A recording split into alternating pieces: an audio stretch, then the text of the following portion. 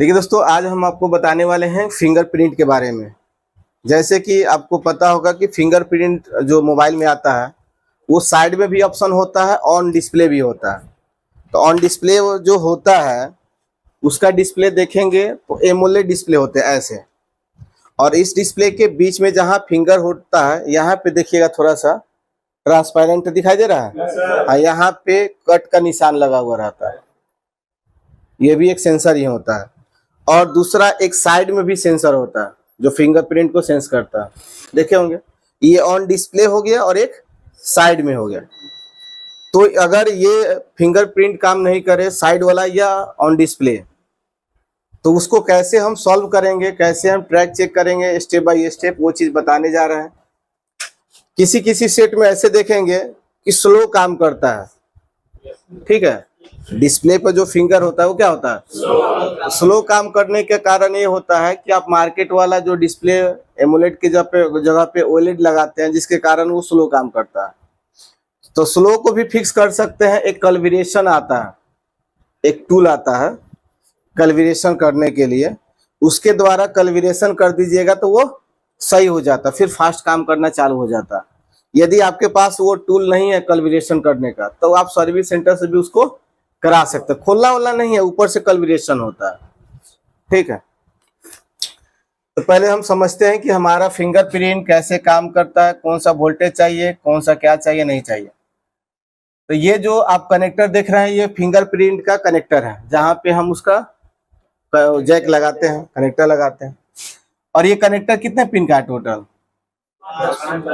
10 pin का connector है। तो 10 पिन में से देखिएगा बहुत ऐसे फिंगर में कि ऑन ऑफ स्विच का भी उसी में टिप्स होता है, बहुत सारे में नहीं भी होता है। तो यहाँ पे अभी फिंगरप्रिंट का हम ट्रैक ओपन किए हैं, तो इसमें आपको फिंगरप्रिंट के ही बारे में आपको बताया जाएगा कि हमारा फिंगरप्रिंट के लिए कौन कौन सा सप्लाई चाहिए। तो ये कनेक्टर हो गया टोटल 10 पिन का। 10 पिन में से यहाँ से ये 2 पिन के बारे में कोई डिटेल नहीं है, हो सके ग्राउंड या एनसी होगा या ऑन ऑफ स्विच के लिए होगा। और यहाँ पे 8 पिन का डिटेल दिया गया है। तो ये 8 पिन के बारे में हम लोग समझेंगे कि 8 पिन किस काम के लिए है क्या नहीं। तो सबसे पहले जब इसमें हम फिंगरप्रिंट लगाते हैं तो उसको काम करने के लिए वोल्टेज की जरूरत होती है। कोई भी डिवाइस हम डिस्प्ले लगाए, कैमरा लगाए या फिंगर लगाए, कुछ भी लगाइएगा तो उसको काम करने के लिए क्या चाहिए, पावर चाहिए। तो सेम जैसे उस सबको पावर चाहिए उसी प्रकार इसको भी पावर चाहिए। तो यहाँ पे पावर जो दिया जा रहा है, ये देखिए सबसे पहले FV लिखल है।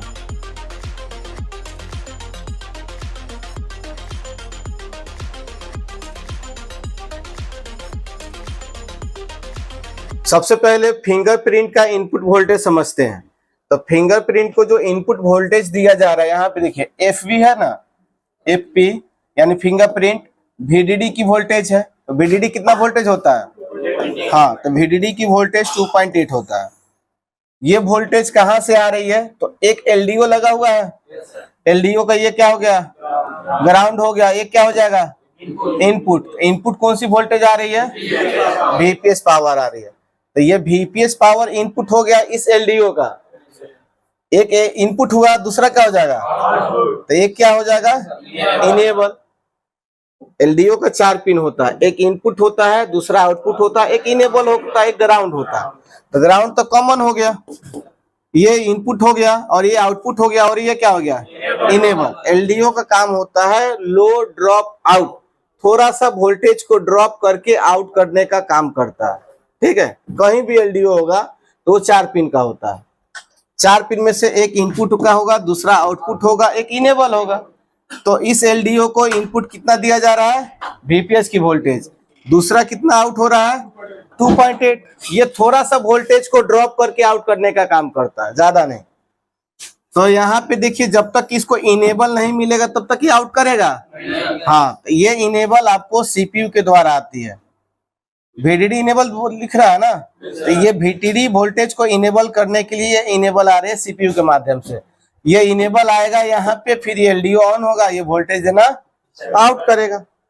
जब ये 2.8 आ जाएगा तो VIO का भी 1.8 वोल्ट की नीड है। नीड है कि नहीं? यहाँ पे VIO 1.8 आ रहा है कि नहीं? ये VIO 1.8 कहाँ से आती है? पावर IC के LDO सेक्शन से। ठीक, दिखाई दे रहा है ना? ये फिंगरप्रिंट आपका SPI प्रोटोकॉल पे काम कर रही है। जो हमारा टच स्क्रीन था, टच स्क्रीन जो प्रोटोकॉल पे काम करती थी जैसे I2C और SPI, सेम वही यहाँ पे फंक्शन है। हाँ, जितना पिन उसमें था उतना ही पिन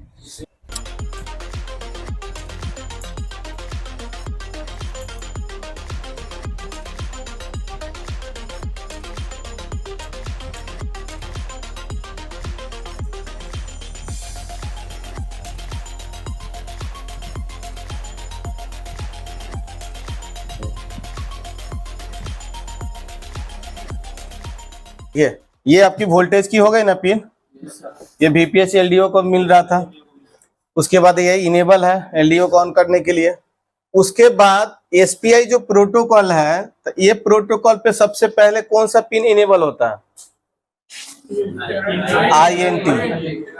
सबसे पहले हमारी INT इंटरप्ट की यानी डबल वेरिफिकेशन की लाइन जो है इनेबल होता है। ठीक है।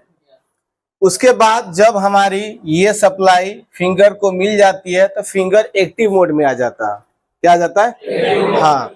उसके बाद यहाँ पे दो डेटा की लाइन है, दिखाई दे रहा है ना? यहाँ पे दो डेटा की लाइन है, एक स्लैब इन है, दूसरा स्लैब आउट है। उसके बाद ये दो जो डेटा की लाइन होती है, इससे क्या होता है? एक से डेटा इन होता है, दूसरे से डेटा आउट होता है। I2C में क्या था कि एक ही SDA की लाइन थी, उसी से सीरियल मतलब डाटा इन भी होता था, आउट भी होता। बट यहाँ पे क्या कर दिया है SPI प्रोटोकॉल में, यहाँ पे दो को दे दिया है स्लैब, एक से स्लैब जाएगा, दूसरे से स्लैब आएगा। उसके बाद यहाँ पे देख रहे हैं CS का काम क्या था? Chip select. तो जब यहाँ पे डेटा इनपुट आउटपुट होगा तो उसको रीसेट कौन करेगा? यहाँ पे रीसेट की पिन दिखाई दे रहा है ना? यहाँ पे रीसेट का काम। अब देखिए, अब डाटा जो हमारी इनपुट आउटपुट होती है किसके अकॉर्डिंग? क्लॉक के अकॉर्डिंग। क्लॉक ही ना बताएगा कब हम फिंगर पे टच कर रहे हैं, कब को टच नहीं कर रहे हैं। फिंगर से देखते हैं बहुत सारे फंक्शन भी ऐड होते हैं। एक्सेसिबिलिटी में देखिएगा तो फिंगरप्रिंट के द्वारा बहुत सारे फंक्शन को भी आप ऐड कर सकते हैं।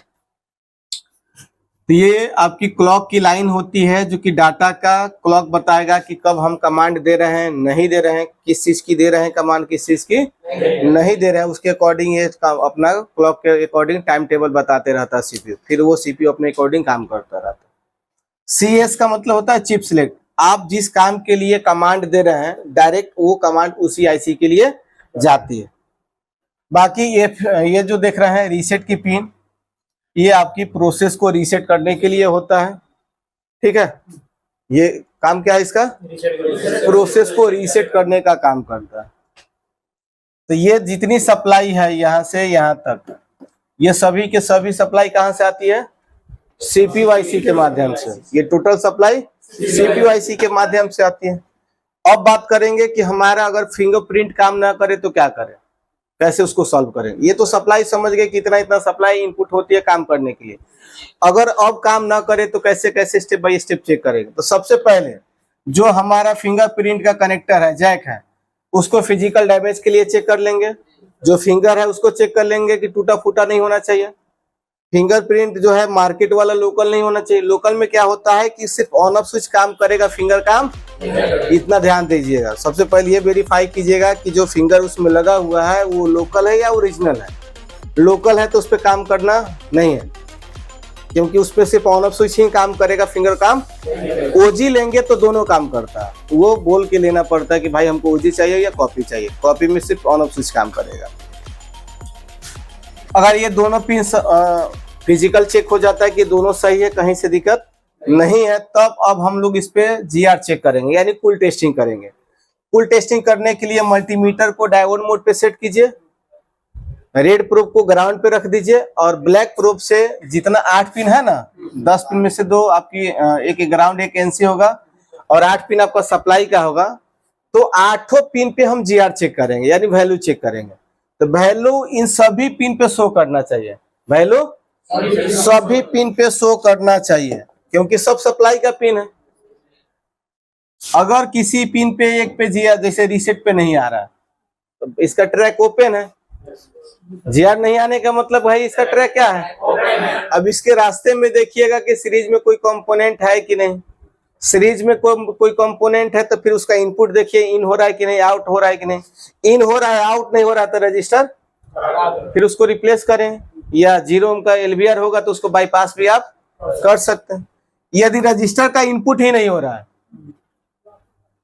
रजिस्टर का इनपुट ही नहीं हो रहा, तो जाहिर सी बात है जब इनपुट नहीं हो रहा है रजिस्टर का तो सीपीयू ड्राइव सोल्ड होगा, सीपीयू से कनेक्शन ओपन होगा।